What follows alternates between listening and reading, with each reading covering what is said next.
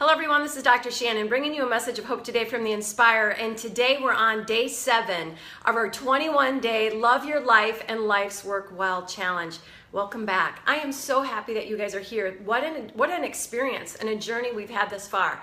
I hope you've gotten a journal. I hope you've been writing down what you're discovering here, what you're uncovering, what you're discovering. Because if you really desire to love your life and your life's work well, it's so vital that you do what I'm asking you to do today. And that is grab your notebook, because there are some things today that I'm going to teach you that have absolutely revolutionized my life. I believe in a big way, saved my life, changed my life like you can't even imagine. I never knew that it was possible to love my life and my life's work so well and so much.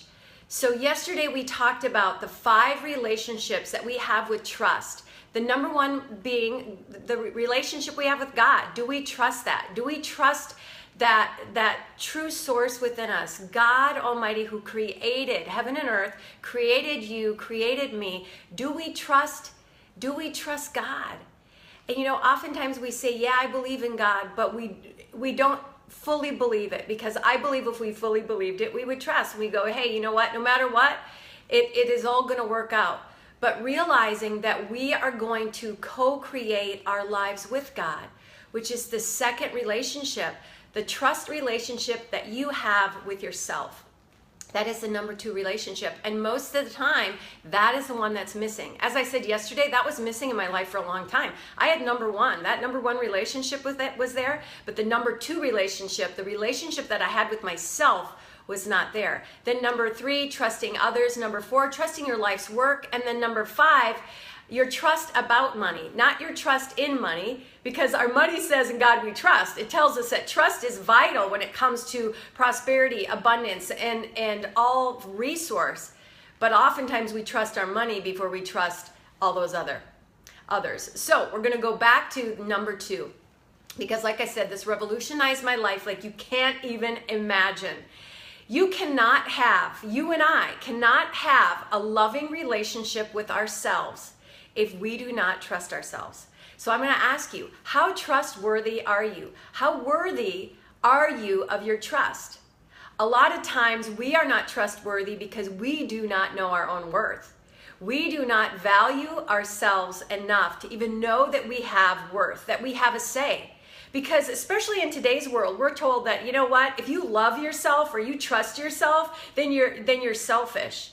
I will tell you time and time and time again, countless numbers of people coming to me so absolutely burned out, so absolutely feeling like they're empty, hopeless, helpless, and it's because they have not actually trusted themselves enough. They have not loved themselves enough to actually love their life and their life's work well, and they end up giving themselves away. And at the end of the day, they have nothing left. So I'm telling you, the most selfless thing you can do is to trust yourself and to love yourself. And I'll never forget the day that God said to me, it was like one of the lowest points in my life. And I heard the voice of God in my heart, not as an audible, but absolutely as a knowing in my spirit. And this is what I heard: Shannon, do you love yourself? And I sat there for, I don't even know, countless numbers of minutes. It may have even been 10, 15 minutes with my mouth wide open and completely speechless. One of the very first times I've ever been speechless in my life. And I sat there and I was like, because I'm thinking, why is God asking me this? God knows everything. Why is God asking me this? He obviously knows the answer, so I can't lie to God. If anybody else had asked me, I would have said, of course I love myself. But if God's asking me, there must be something that I'm not thinking about. So I sat there dumbfounded in the dark, in my bedroom, sitting there going, I didn't know what to say. And all of a sudden, this is what I heard in my spirit. It said, it's okay. I understand, because in order to love you, you must know you. And in order to know you, you must spend some time with you. And then I was like, all right, then what's next? And I heard this: date yourself well. And that began my journey, let me tell you, of dating myself well, falling in love with myself and becoming the great lover of my life. I began to pursue me like I'd never pursued me before. And in that process, I learned to not only love me, but I built that love on trust. Do you trust you? Are you caring for your body in such a way that if you were a child, and in fact you were your child, and you'd left yours, think about this. If you're a child, now you're your child, and you're leaving yourself in the care of another individual, which happens to be you right now, could you trust yourself to care for that child? I would hope you'd say, yeah, you're going to feed that child well, you're going to care for that child. But when was the last time you cared for you with that same intensity, that same intention, that same purpose? Are you caring for you like you would want someone to care for your child? Because let's face it, you're a little girl and you're a little boy inside of you. And if you're not caring for you, then you are not worthy of your trust. Think about that. What about the call that you have on your life, the gifts that you've been given, the talents you've been given, the desires in your heart?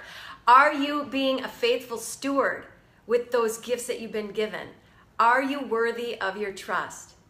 And if you're not, it's time to begin to become worthy of your trust and begin to love you by spending time with you, getting to know you, asking yourself questions that you would ask somebody else before you begin dating or before you begin falling in love. Begin to spend some time with you. You know, I teach an incredible, and I wouldn't say teach, I really lead and guide an incredible group of women. I teach them as well, but they also teach me so much. It's called my Soul Group. It stands for Sipping on Life. Long story, years ago, at a time that I was absolutely at the lowest point in my life, I humbled myself enough to reach out and ask for help.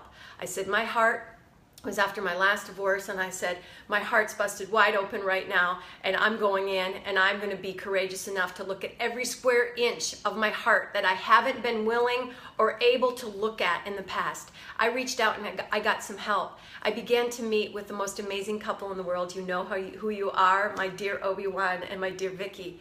And I began to meet with them every single week. And we talked a lot I talked a lot about the problem. I cried, I kicked, I screamed, I swore. I mean, I let it all out. I exposed it all in that moment. And finally one day I had this revelation.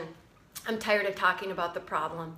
I want to talk solution. I want to talk possibility. I want to contemplate the now in the presence of now and begin to create something with this. They're like, hallelujah, we're so glad that you finally reached that point. So we continued for years. I still consider them my ultimate original soul group, but we continued for years with meeting each and every week, and we'd get together and we'd contemplate the now, we'd look at possibility, and we'd be in each other's presence.